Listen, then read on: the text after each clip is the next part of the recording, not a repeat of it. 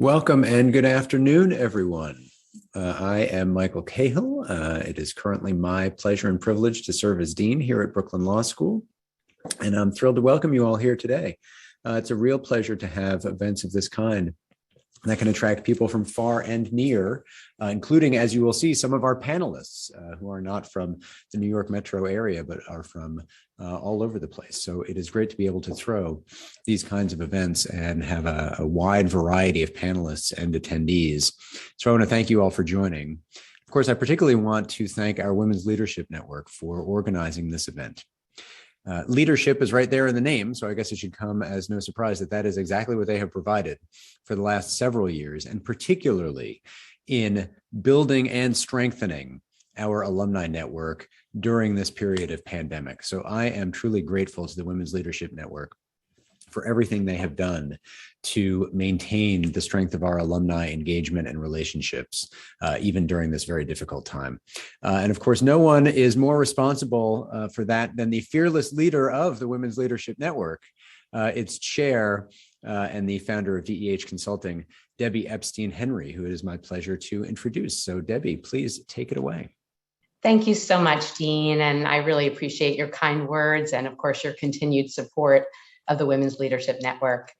Also, a big welcome to Annie Nienaber, our Chief Advancement Officer, who joined us back in May, but this is our first event with the Women's Leadership Network where she is at the helm. So we're delighted to be working with you so closely. Also, a big thank you to Camille James Ogunwalu, Chief of Staff for Advancement, for your continued work with the network and the amazing contributions you've been making. I also want to acknowledge Claire Kelly, who is on the Women's Leadership Circle with me, and she is the one who highlighted the need to have a laser focus on getting our students best positioned for success when they graduate, particularly now with the increased law student class sizes in the pandemic across the country. A little bit about the Women's Leadership Network, and then I will turn it over to our moderator to get the program underway.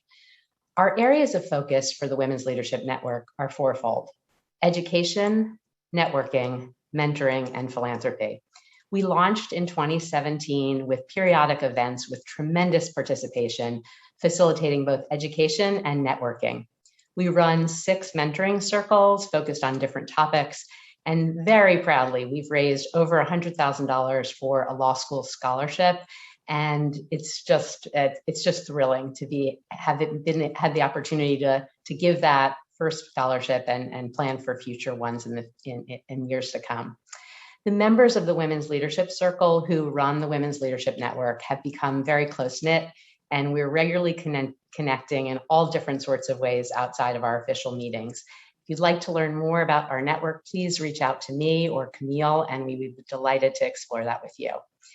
And here we are for the moment at hand. Today's topic is shaping and reshaping your career in a pandemic-influenced world. And we have distinguished alumni as our speakers today. And I would like to briefly introduce our moderator, Andrea N. Anderson, and then turn it over to Andrea.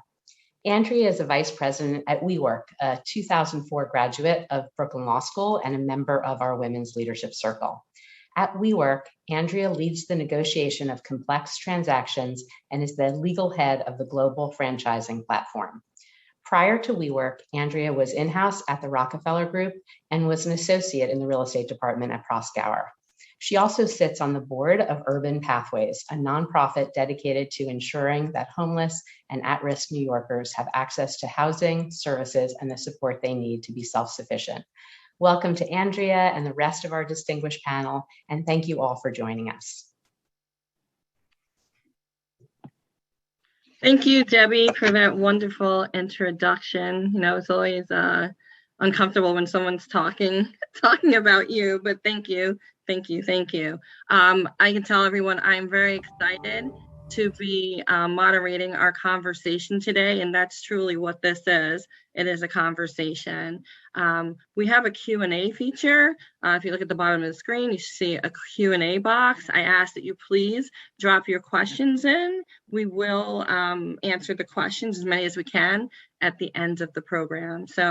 But you don't have to wait until the end to put your questions in. So you can put them in as we go along, because I like to see the engagement.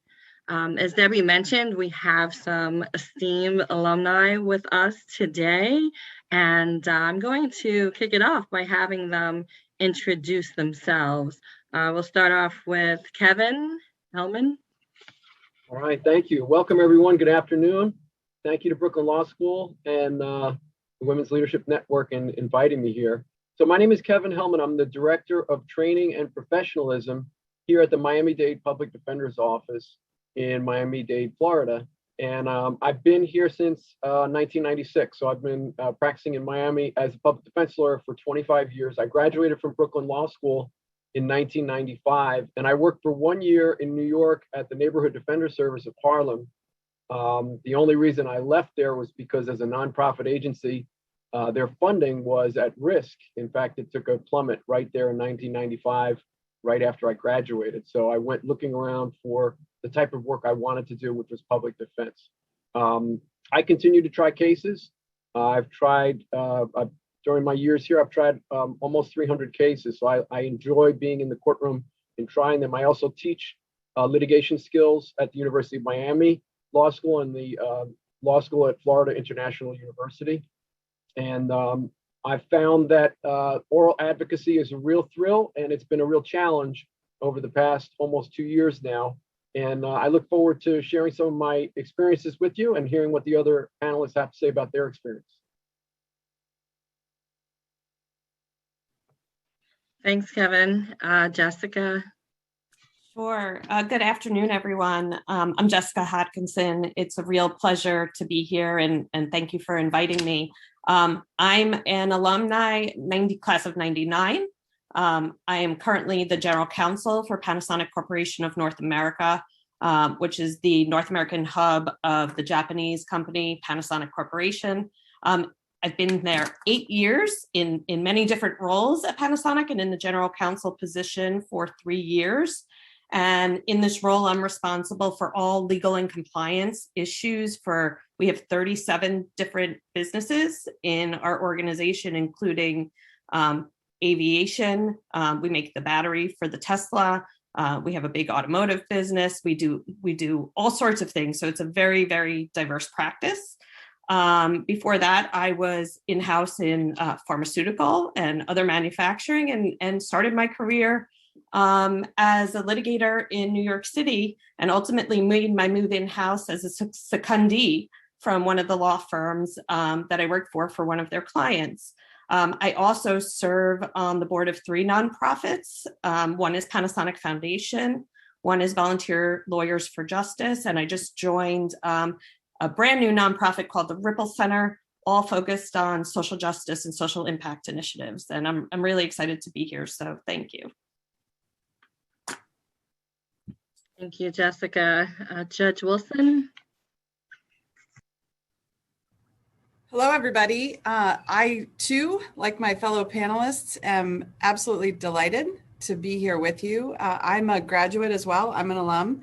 I graduated in 2001, and I am currently a federal district court judge in the Middle District of Pennsylvania. Our district is a large one. We're really the entire middle part of the state of Pennsylvania.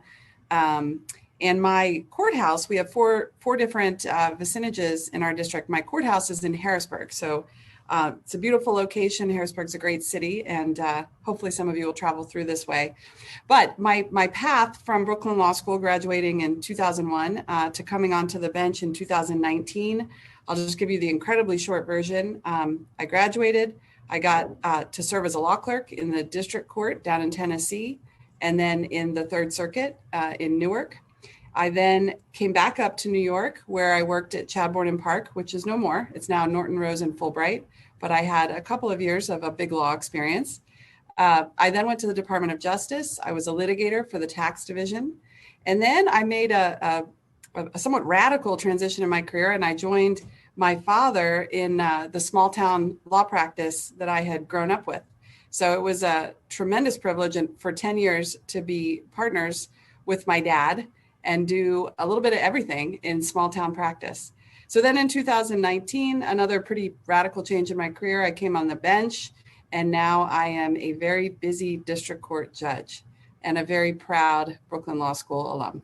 So thank you very much for having me. And I want to say, I was reading the topic, the way that Debbie and our group phrased today's topic. And I'm so excited in particular to join for this discussion because I am an eternal optimist. And I really like that. I think what we're going to focus on today is reasons for optimism and ways to encourage all of you as you embark on or continue in the practice of law. So I intend to fulfill the description that a classmate of mine gave in her commencement speech back in 2001. Mindy Lemoyne referred to me as her friend and her Rebecca of sunny Brooklyn Farm. And I'm always an optimist, and I'm here today to be encouraging. So I'm happy to answer any questions that you have and hopefully to provide some optimism. Thank you, Judge Wilson. Yes, we all are going to stay optimistic. Let's see, Darren. Hi, everyone. Thanks, Andrea. I am so thrilled to be here today also with my fellow panelists. I will say I probably have the most boring career trajectory, at least compared to Jennifer and Judge Wilson. I am at a law firm, and I've always been at a law firm since I graduated from Brooklyn in 1993. I did have, so I have lots of surprises and twists and turns, of course. I'm currently a partner at Proskauer Rose in New York, and I'm actually quite a bit on the management side as I'm currently serving as managing partner. I got in this role 6 weeks before the pandemic, so I have a lot to say about the pandemic, but more about career advice. I will say that my current practice is a surprise to me, or was a surprise to me when I started. When I graduated from law school, I intended to go to law school to focus on family law and child advocacy, and I did a summer in family court and worked for a law firm doing family law. And then my third year in law school, I took a course named Computer Law. You can tell how old I am by the name of that course, and I loved it. It was basically a copyright course, but I sought out a law firm that had a computer law practice in the day, dated again. And so I became a technology lawyer, actually kind of at the time when technology lawyers were just coming into vogue. And so my practice has grown the way technology has grown. So I started out doing software and life sciences. I was around for the beginning of the internet. If anybody who is not a panelist can envision that time period.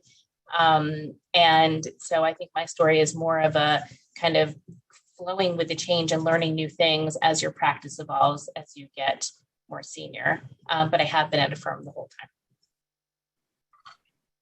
Thank you, Darren. Thank you to all our panelists. I guess this is a good segue.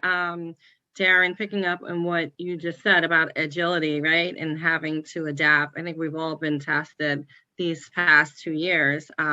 So even though the pandemic has changed the way that we show up and we conduct business professionally, there's still like core skills that we want to maintain and even improve during this time. And I think that it would be helpful maybe to hear from you, Kevin, as to ways that lawyers can keep their oral advocacy skills fresh and even hone them as we make our way through the pandemic. And any advocacy skills that you found were most important during the pandemic. Sure. Thank you. So this is the biggest challenge for people who are primarily oral advocates is now, instead of going face-to-face, chest-to-chest, if you will, in-person proceedings, it's been reduced to this medium. So now in criminal cases, at least at the state level, that's the practice that I have is completely state as opposed to federal level. But in state courts, we're returning, and I know it's in different degrees in different parts of our state of Florida and also probably different parts of the country. But we've had trials suspended since March of 2020 until the end of June of this year. But since the end of June, we've been back in person in trial. So the adjustment has been to go from 2 years of using probably some kind of makeshift teleprompter, right? Taping notes to your screen that nobody else can see and things like that, and using screens, pulling things up. Now you have to go back face to face, and it's to really kind of remind ourselves and redevelop, kind of dust off those skills of in-person advocacy. So what we've been working on is just reminding people of, kind of like, I guess, the 3 R's or something like that. To write it, rehearse it, and reduce it to bullet points. That's a big part of how we train our lawyers, and how I teach the students that I work with, is that you should not be reading anything like an opening statement or a closing argument to a jury, or even in an argument, say in a motion to suppress, to a judge. You should be arguing. It's much more dynamic and much more engaging. So we've been, that's what we used to do before March of 2020. So it's really getting us back to that. I've also found that in job interviews, I know a large amount of you are still in school. Some of you have just recently graduated that are on this seminar or conference. So I'm part of the hiring panel. We call them hiring panel interviews at our office. And so there's about 5 of us interviewing one candidate.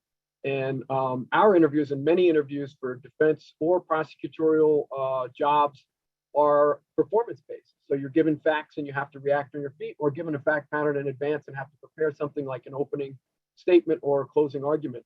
And time again, people are losing points because they've been used to and gotten the habit of reading things, so it just doesn't come across as persuasive. And in-person advocacy, as we like to say, we're in the business of persuasion. You want to persuade a jury to come to the conclusion, come to the verdict that you're arguing for, that you're advocating for. So that's been a big part of both getting back to our in-court presentation and persuasion, and for interviews. We're seeing candidates that otherwise would have done well, but now they've fallen into this bad habit.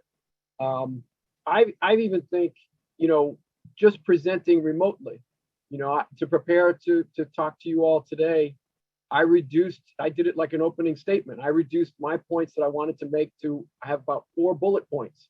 And I think that that's much better than if I just was looking down and reading to you all, and you wouldn't be paying as much attention. It wouldn't be as helpful. I think for students now, so the question that I raise to myself as I make those statements is, so how do you refresh those skills? And I think that in school, you have a lot of opportunities to do that. 2 main ways come to mind. The main reason I went to Brooklyn Law School was for its clinical opportunities. It's got great clinics, and that's why I wanted to go there. So you should be in clinics. If not, you should get involved in them and use the faculty to practice things like opening statement, closing argument, cross-examination, role play. Also in externships, you could be involved in the district attorney's office, in legal aid society, or the defender offices throughout the boroughs. And you could be working with practicing attorneys to really, to practice that, to just pick up police reports, summarize a case, give an opening statement, and get feedback from the lawyers that you present that for. I think that's the best way that you can sort of get those muscles back into shape. As to your second question, advocacy skills learned during this pandemic, which I know is not over, but as far as we're dealing with locally, we're coming out of it in as far as proceedings are going. So it's reminded me of a couple of things as well. We're conducting trials with masks on, so it's that much harder to hear.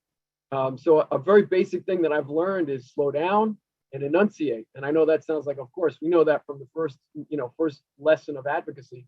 But I've seen a number of lawyers, both with minimal experience and with long years of experience, and are forgetting that it's ever more important to be doing that. Also, the use of audio visuals. We've probably all gotten pretty good at screen sharing, and we've seen some bad screen sharing and some good ones. Just like there's good PowerPoints and bad PowerPoints, slides that are helpful, slides that are too busy. So that's reminded me, another basic thing, but it's reminded me of how I can use that in the in-person proceedings to bring to life my case. It could be as simple as low-tech as a flip chart. It could be as high-tech as using an overhead in your courtroom and presenting a PowerPoint, whether it's to a jury or a judge for sentencing, for example. And the only other thing I was going to mention is something that I've found. I present monthly trainings here at the Miami-Dade Public Defender's Office, and I love to attract guest presenters. And before the pandemic, it was very hard to get them because we had to usually transport people here. There were all kinds of logistics, but also just harder to get in touch with. So one of the silver linings of this, not that there's any really good news about the pandemic, but one thing to take advantage of is the ability to contact people for, like a networking purpose. For me, is to get guest presenters, but for all of you on this conference, to reach out to people that you might find fascinating in the field of law that you're interested in, or a potential employer, or a potential future coworker that you could reach out to and have a conversation like this much more easily, and I think a little less awkwardly than the traditional wine and cheese, meet and greet. So I that's something that that I've taken away from this, that I think can go beyond whenever we can, really come to closure on our circumstance. Okay, thank you for that, Kevin. Yeah, for sure. I think personal advocacy is different in the pandemic when you have a mask on and you can't gauge the social cues, right? Definitely another skill set that I don't know if even if the pandemic goes, if some sort of hybrid is not here to stay. So we'll see. The future will tell us. Well, if personal advocacy is somewhat challenged because of the pandemic, let's talk about networking. Right? Maybe you don't have the mask on, right? But how does one, and I guess this question I'll give over to Jessica, how does one practically network in the pandemic? And I'm going to steal this from Judge Kelly. You also want to network, but you want to make sure your net is working for you, right? So that's through the pandemic, going forward, going backward. That's something that we should be doing 365 days of the year, but it's different. It's different now. So if you give some tips on how our alumni can improve the networking, regardless of the environment we're in today, that'd be helpful. Sure. I'll take a minute and expand on what Kevin shared, because I think he's absolutely right in terms of access in this virtual world that we've all been operating in. I think the access is limitless now in terms of who you can network with, when you can network. And I think that's a great opportunity for us all. Many of us are really, really busy, right? And so one of the other real ways, we have this virtual option where you don't have commuting. You don't have to run somewhere when you're leaving the office or leaving school or whatever it is at the end of the day. That nothing takes away from in-person connection, having that person with you, but there's real opportunity to expand who that network is by having a number of things. So one of the things that I've spent a lot of time doing, which I never had time to do before the pandemic, was I joined a Women's General Counsel mastermind group.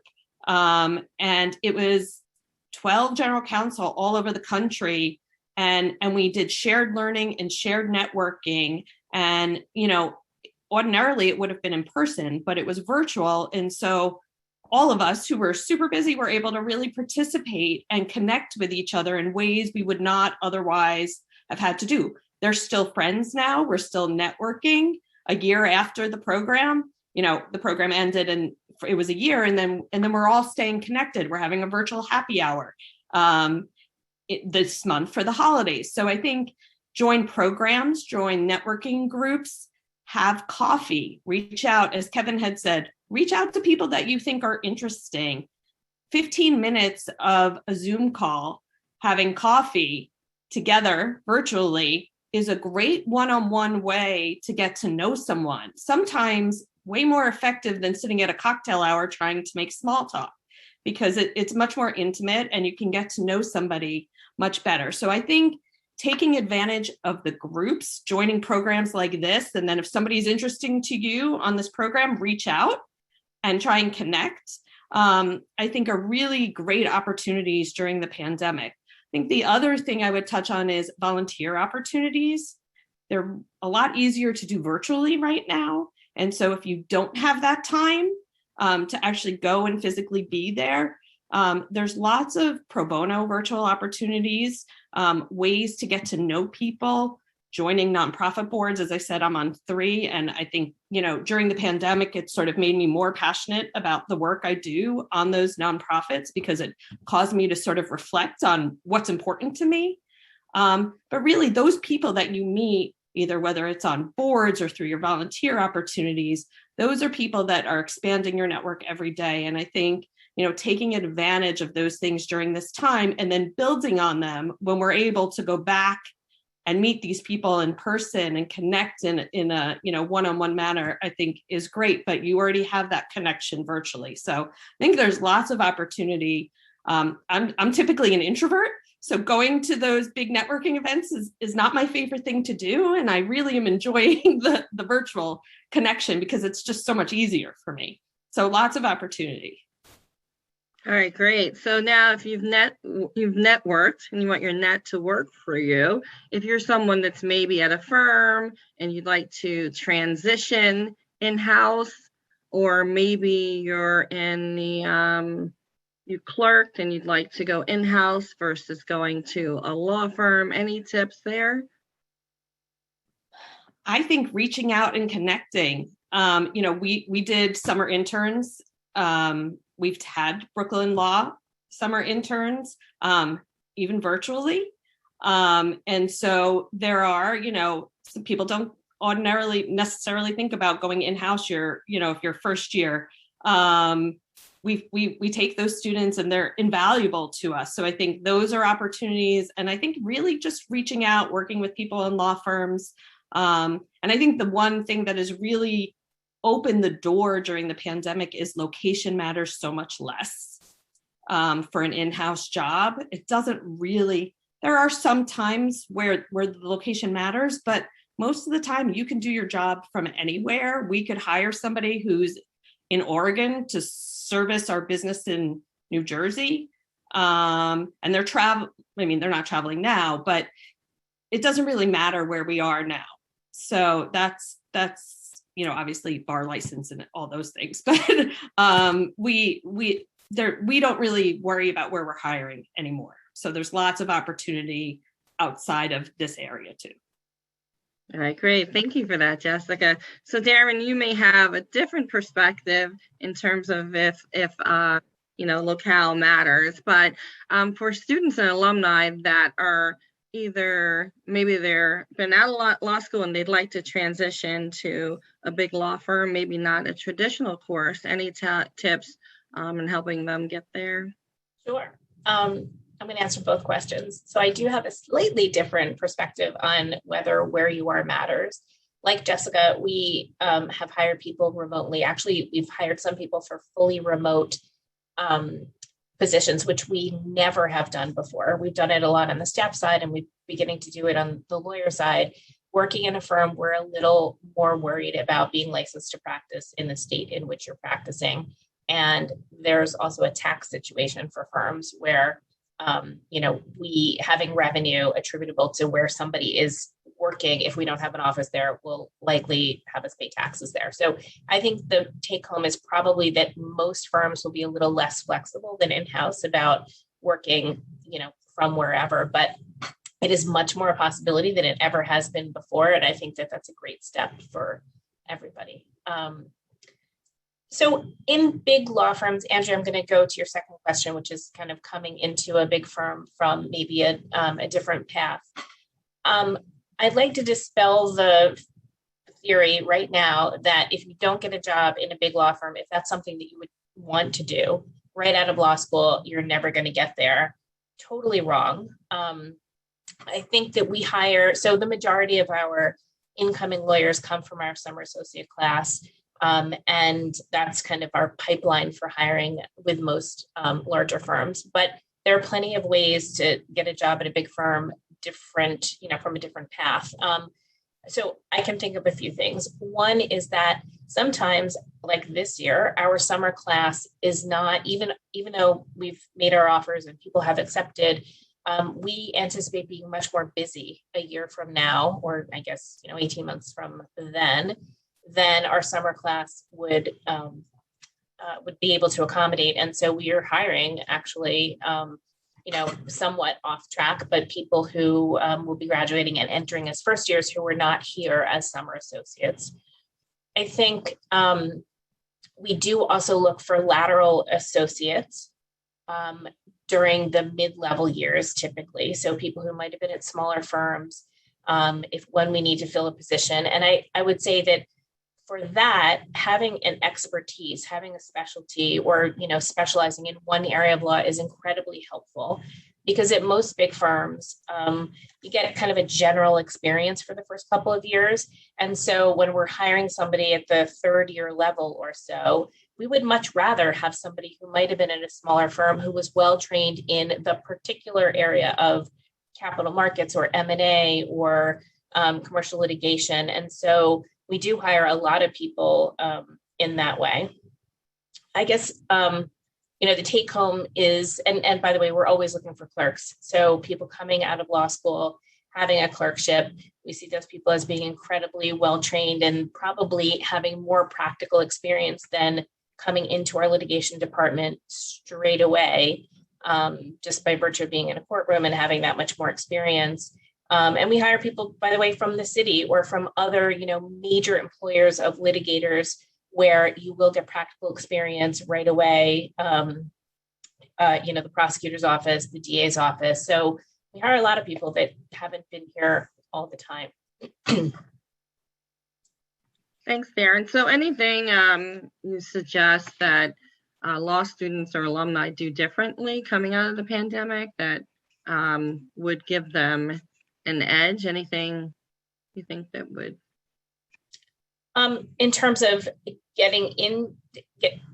transitioning topics, just kind of, post-pandemic, what would I suggest? Yes.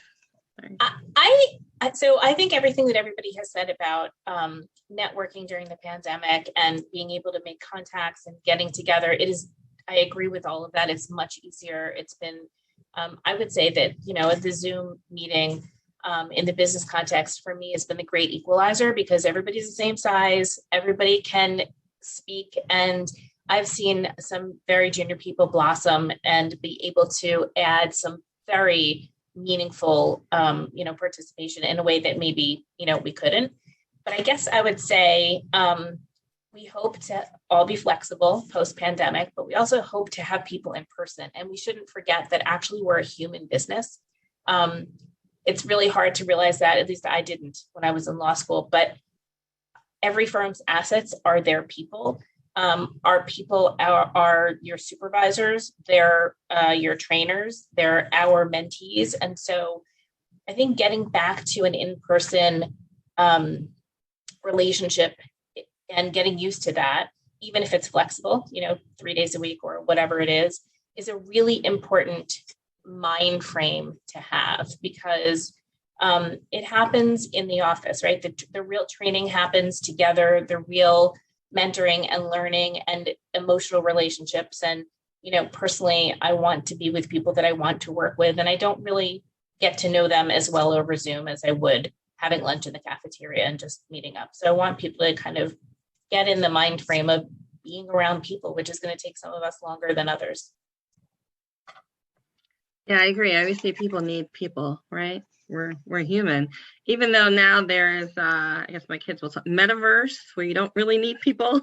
So we'll see 20 years from now, right? Whether that still holds true.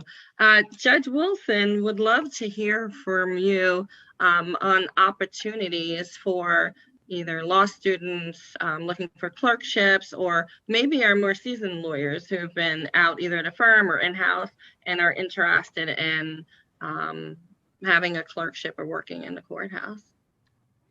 Sure. Yeah, I'm happy to talk about that. And I'll sort of pick up on one of Darren's comments about the legal market. And I know she was referring specifically to Proskauer, but I would surmise that the economy is not yet fully rebounded. And so hiring may trend up at firms and even in government offices over time, but may not be in a great place right now. So, clerking is always a great idea. You just heard directly from Darren about the value that law firms place on the clerkship experience. So it's never really a bad idea. But I would offer the perspective that it may be an especially good idea right now. There's really no better way I can think of coming out of law school or at sort of a midpoint in your career when you're thinking about transitioning. What a great way to fill a year, 2 years, maybe even 3 or 4 years with an incredibly valuable training experience that, by the way, provides a really important public service to the judiciary, but then to emerge from that experience and re-enter the legal marketplace at a time when hopefully, the economy has improved significantly and hiring numbers, are really, really good. So this is a great time if you haven't thought about clerking before, whether you're in law school now or you're a graduate and you're doing something that may not be as fulfilling as you would hope for. I think this is an ideal time to apply for a clerkship. And I would put in a plug. I mean, I'm a federal district court judge, and of course, I think it's a fantastic experience to clerk at the trial court level, but don't rule out the possibility. Think creatively. Think about all of the state courts. Think about clerking for an ALJ. Think about bankruptcy court. Think about there are a larger number of clerkship opportunities than I think sometimes are focused on. I think sometimes as a 2L, you might focus kind of myopically on, I want to be in, a federal court clerkship, whether it's trial level or at the circuit court level, but think more creatively. And with respect to the pandemic, I would also encourage folks to really think more broadly geographically. So maybe you, for family reasons or personal reasons, may be firmly rooted in a particular area. Maybe it's Brooklyn, maybe it's upstate New York, wherever it may be. Consider the fact that particularly for an appellate clerkship, there may be an opportunity to interview, certainly to interview remotely, but then to discuss with a judge the possibility of clerking remotely. Like Darren, I don't want to suggest that I think there's not value in having in-person connections. My law clerks are currently all in person with me in chambers. And I think for a trial court clerkship, you really would lose a lot by not being in person with the judge you're clerking for and being in the courtroom. But certainly for an appellate clerkship, I think there may be opportunities. I can't speak for all the other judges, but I think it's worth pursuing a clerkship that is not necessarily geographically in a place where you would ultimately want to live, but apply for it. And you may find via a Zoom interview that there's an openness on that judge's part to have you clerk remotely. I certainly think there's openness to that idea in November of 2021 that certainly did not exist in November of 2019. So it's been a huge leap forward for the judiciary in terms of being open to the idea of having law clerks serve remotely. So those are some positives. I also wanted to sort of pick up on the networking piece specific to clerkships. I will say that, judges review a lot of applications, and many judges, not all, but many judges do require that you have letters of reference. And there's an enormous difference between a very personal letter of reference from a faculty member or a professional contact that I can tell the difference when the recommender really knows the individual they're recommending, as opposed to a more sort of pro forma letter of recommendation. So to the point about finding ways that you are comfortable networking and really utilizing remote abilities to become a strength, maintain, particularly for current law students, faculty relationships. Whether you're in person for classes or hybrid or remote, or whether your professor conducts office hours remotely or in person, it's really critical to the clerkship application to have personal letters of recommendation. That can really set you apart in a pretty crowded field of really qualified folks. But back to Andrea's question about, is there an opportunity there for folks who are not traditional, what I would call, traditional law school applicants for clerkships? Absolutely. I think that many judges on the federal bench and the state court bench are very interested in the same kind of experience that Darren was referring to for a mid-level lateral. So if I can bring somebody into my chambers who has some real world litigation experience and perspective, I value that highly. which is not to say that I don't value what a recent graduate brings to the table, but I think there is an openness among judges, not all judges, but many judges. There's an openness to the idea of hiring people who are looking to make a transition in their career and already have experience that they bring to the table. And so the last point I want to sort of touch on is just, I think, Andrea, you referred to it as edge, or what you bring to the table. And I sort of want to really encourage our current law students, because I think about the fact, and I don't think I'm unique in this, I graduated in 2001. It was before 9/11, and it was certainly before this pandemic. And, in so many ways, the world has changed since I graduated from law school. But when I think about the current law students, particularly 3Ls, who have probably only had maybe 2 semesters of in-person classes, it's really hard for me to get my head around that. I mean, you've had to adjust to a way of learning the law that none of us on this panel had to adjust to. So we're the people who will be interviewing you. I'm right. So this panel is reflective of your future interviewers.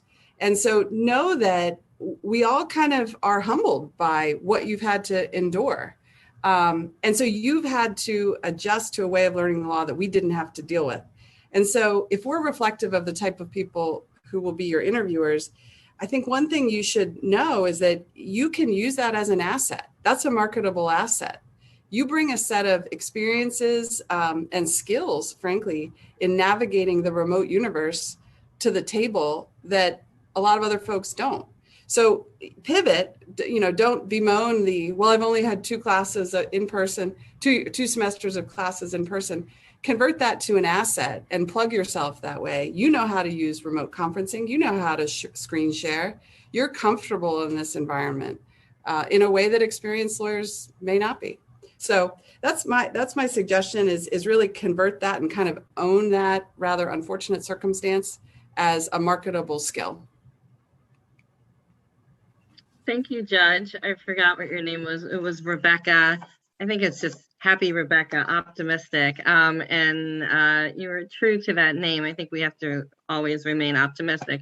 I will say that I am a transactional lawyer. I did clerk in the federal court after law school. And I will say it was probably the most academic, intellectually rewarding year of my life.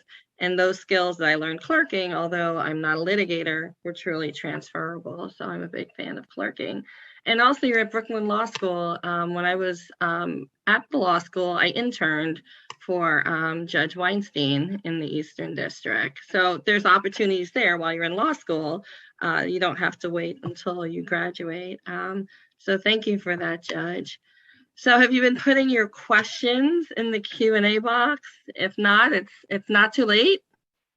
Please put questions in. I saw Judge Kelly. Was there something you wanted to add? So I have a question. I want to say what a great panel, and thank you all so much. This was just exactly what we were hoping for.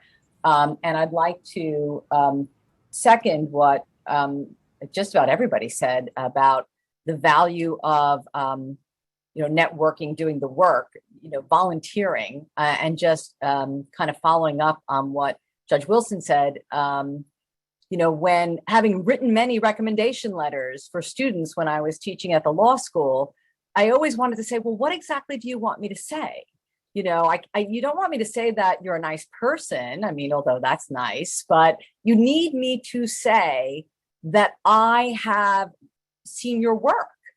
And that's what you need in terms of networking. So you need opportunities to volunteer and let your work speak for you. So if you're on a volunteers lawyers project and you volunteer to do the memo, to do the work, to find the documents, to make the contacts, that will be what your recommender can put in their letter. They want to write a letter that says, Claire was given this assignment and this is what she did. And it was wonderful, right? That's the letters that we as prospective employers all value reading. So I just wanted to chime in on that. But then I wanted to ask the panel a question, which is, and this is something that Darren, a classmate of mine, brought up, which is she said, we're in the office because a lot of mentoring goes on in the office. There's a lot of learning. And so my question for the panel is, for those who are going to be remote in whole or in part, what do you do to help the more junior lawyers get that mentoring experience? Because some of them have no idea what they're missing. I had a clerk who was remote for the entire pandemic. She did 1 year with me and we were remote the whole time. So she wouldn't necessarily know, this is what you pick up when you hear the judge chatting with one of her colleagues, or this is what you pick up when your office mate is struggling through a problem and it's not your problem, but you hear it. So we all know that from our experience, that's so much of a part of your training. So what do you do as leaders in your field to make sure that the remote people are getting those little tidbits? What should the junior lawyer do to make sure they get those little tidbits? Yeah, I think Judge Kelly brings up a really important point, which is that the junior people and lots of our audience, I think, because you've had probably 2 remote summer experiences wherever you have been, don't realize the benefit of being in person. And so that's a challenge, because I know a lot of our junior associates at the firm don't really think that they need to be here because they think that they're doing well and they're learning enough and they're functioning. But I think it really, just being in person, kicks it up a level where you really can't imagine what you will learn and just glean from hearing conversations like Judge Kelly said, or helping your office mate figure out a challenge, et cetera. I think so. We've had 2 remote summer classes. We had our first year class start remotely. This year, hopefully they're all starting in person. And we have tried to, we've done everything, right? We've had like weekly check-ins, and we've had social events, and we've had everything that everybody else has had. But on the practice level, we're trying to encourage people to, I'm in a transactional practice, so we draft contracts, and usually we will draft a contract, a junior person, and get feedback from the person to whom they're reporting, and that's usually a markup. And so the old days of actually doing a markup in hand and sitting in the office with somebody and going over, this is why I changed the and to an or, this is why I restructured the entire contract, are totally gone. And most supervisors have been using track changes or some electronic, program, which is fine and easy. And we have been kind of mandating that people share their screens using the technology to get together and go through the agreement the way they would have in the office before. It's not so, we're also fee sensitive, right? Clients don't really want to pay for a lot of in-person team time together. So some partners are mindful of that. And it takes the time that people otherwise wouldn't have because everybody's so much busier. So I'll say it's been hard to get implemented on a structured basis, but we're really trying to do as much remotely as we can in order to replicate the togetherness and the learning. But it's challenging. I have one idea to add on to that, if I could. I think it's a real hard question to pose to the people who are graduating or young lawyers of firms and offices, what they can do. But what I've seen work is students get together, they're even if they're together remotely, say criminal law society in law school, and they say, hey, what about this woman who's she's like an incredible forensic evidence expert. Let's get her, let's see if she'll get online. And we'll have just 5 or 8 or 10 of us. And we'll ask her questions, or we'll give her questions in advance. And that has sort of blossomed into some individual mentor-mentee type of relationship, or at least at the very least, guidance from somebody who's doing a field that you're interested in. You're like, that's really cool. Forensics, I want to know about, this DNA analysis as just a random example. And that's been helpful. We've tried to coordinate things around that from the office standpoint, but that's easier from the institution or the office or organization to do it than it is for individuals. So I think if you bond together with other similarly interested students or young employees, you can corral 1 or maybe 2 people at a time to answer those types of questions, and then it can go beyond that boundary, or it can help you get them to introduce you to other people and take it from there. All right. I can tell you for myself, it's very different and difficult, I think. I just add more touch points, and you hope that you're making up and compensating compensating for not being in person, but it's very difficult. But we do have, I know we have about 8 minutes left, and we do have some questions. So let's see, this question is for Jessica. It's, how do you actually get on a not-for-profit board? You talked about the value. How does one get on a not-for-profit board? Well, I'm not an expert on how to get on. I could talk about my own personal experience, which is volunteer. Volunteer with the organizations, network with the people that are on the board or that work at those organizations, and show interest. So find something that's interesting to you, and reach out and volunteer your time. That's how it happened to me. For Volunteer Lawyers for Justice, I'll give an example, which is out of Essex County, which is in New Jersey, which is where Panasonic is located. We started building a program together to do clinics for veterans at the East Orange Veterans Hospital. And I worked with the organization to get that up and running for the team, the legal and compliance team in Newark. And as I continued to work with them, they asked me to join their board. So that's just one example of my own experience. The one I just recently joined was pure networking. It was a childhood friend of my husband's, and we were having brunch, and I was talking to him about my commitment to social justice and social impact. He said, I just started a nonprofit. And a couple of months later, he invited me to join that board. And so you never know where those opportunities are going to come from. So it's more about finding what's interesting to you, talking to people about it, and taking advantage of those opportunities to volunteer and get to know people. But that's just my own personal experience. Okay, thank you. Okay, so this is a good question. These are all great questions, but and I ask anyone on the panel who would like to take this. It's traditionally the perception of work ethic has been related to office presence or responsiveness.